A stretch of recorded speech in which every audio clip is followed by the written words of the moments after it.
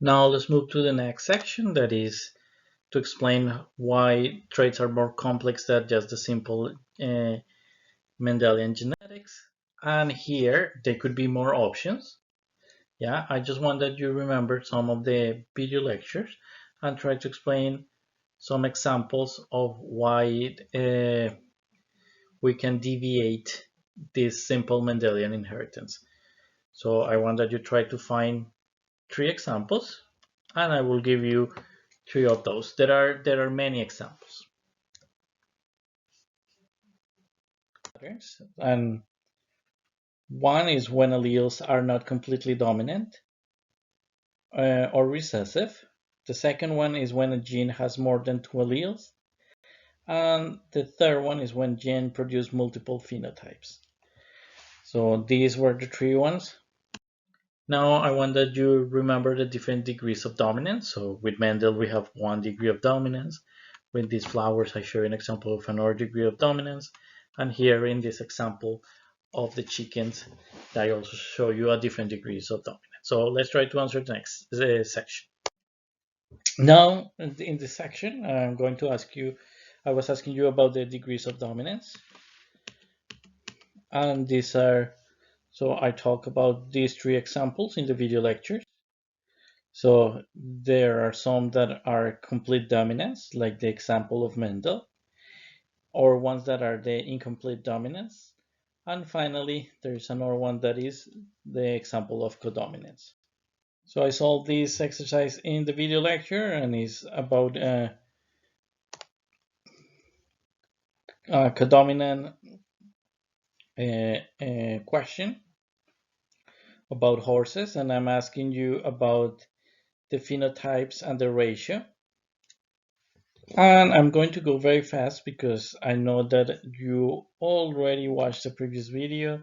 So here you have two types of phenotypes that are the white horse and the Appaloosa one. And I'm asking you for the phenotype and the ratio. So here you have the genotypes, the two alleles. You segregate them, and here you segregate the Appaloosa one. And as a result, you get a 50-50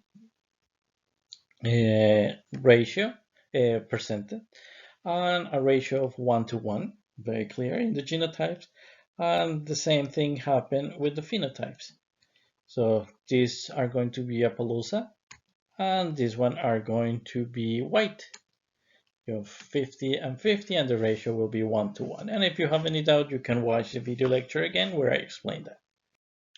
Now we are going to move into multiple alleles, and I'm going to ask you a question about blood type, and you have to solve some exercises. Some of those exercises we already solved it in the video lecture. Now we're going to fill this table that we already solved it in the video lecture. So this will be the solution.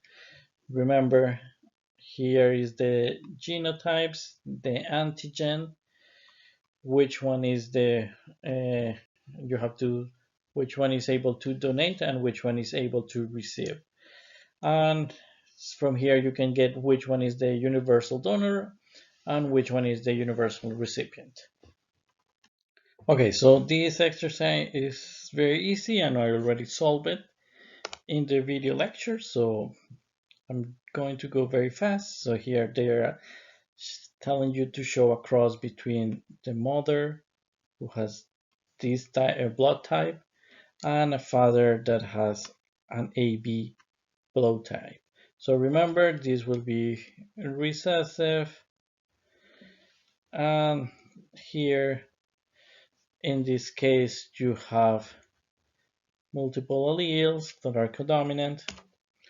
So they're asking you for the genotypes and the phenotypes. So here you have the two recessive from the mother, and here you have these two alleles from the father, and as a result you get this 50-50 A and 50 B, and the ratio will be 1 to 1. And for the phenotypes, you will get a 50-50 chance. Why? Because you will get, again, 50-50 will be A, and the 50 will be B.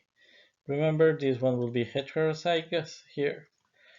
You will not get any homozygous, and the O will be masked. It will disappear. You will not have this blood type O.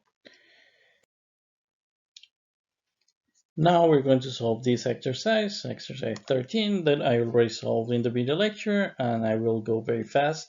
If you want to go a little bit slower, you can watch it in the video lecture again.